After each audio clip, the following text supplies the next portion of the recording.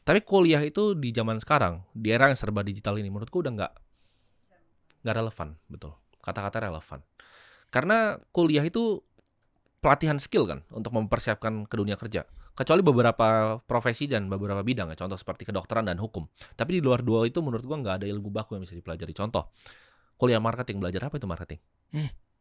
Teori-teori dasar, Hmm. apa? Kuliah bisnis.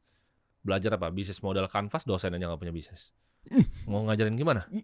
Apa yang mau belajar tuh? Ya kan? Value proposition design. Ya, lu misalnya SWOT. mau belajar marketing, kenapa nggak belajar di sini? Ya kan? Belajar caranya bikin media di sini sama orang yang praktisi yang beneran bikin media, ya kan? Wah, thank you. Masa dosen nggak pernah bikin campaign, nggak pernah kerja sama brand, yang which misalnya lu bikin setiap hari nih misalnya, setiap hari emang lu punya tim udah kerja sama brand, ngerti media, placement itu di luar kepala lah gitu. Ini dosennya nggak pernah nih seumur hidupnya terus ngajarin lu marketing. Jadi menurut gua nol yang bisa dipelajari di sana. Kecuali lu ambil misalnya yang sangat spesifik, misalnya lu mau jadi aerospace engineering, lu ambil di MIT itu bisa lah lu belajar. Tapi kalau yang kayak di Indonesia marketing, bisnis, manajemen, itu lu bisa belajar online semuanya.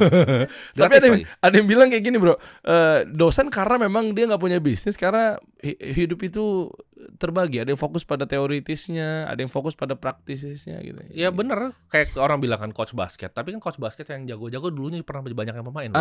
Jago-jago loh. Yeah. Coach bola aja jago-jago, main bolanya tuh kalau diadu sama lu di jalan mungkin kalah lo sama coach bola yang udah tua gitu. Jago-jago mereka. Jadi jangan ngomong kayak gitu. Dosen itu agak sedikit beda, ya kan. Mereka banyak yang cuma dari lulus mereka jadi asisten dosen, lalu jadi dosen, habis itu ngajar. Akhirnya nggak ada real life experience yang bisa di-share ke mahasiswanya kan. Dan itu kan jadi sebuah industri yang dimiliki oleh kampus-kampus ini. Ini industri besar, triliun dolar. Yang sebenarnya kalau di luar negeri juga harusnya banyak yang gratis. Contohnya seperti Harvard, Stanford, Wharton. Itu kan mereka punya endowment fund yang besar sekali. Mereka punya dana abadi yang besar sekali.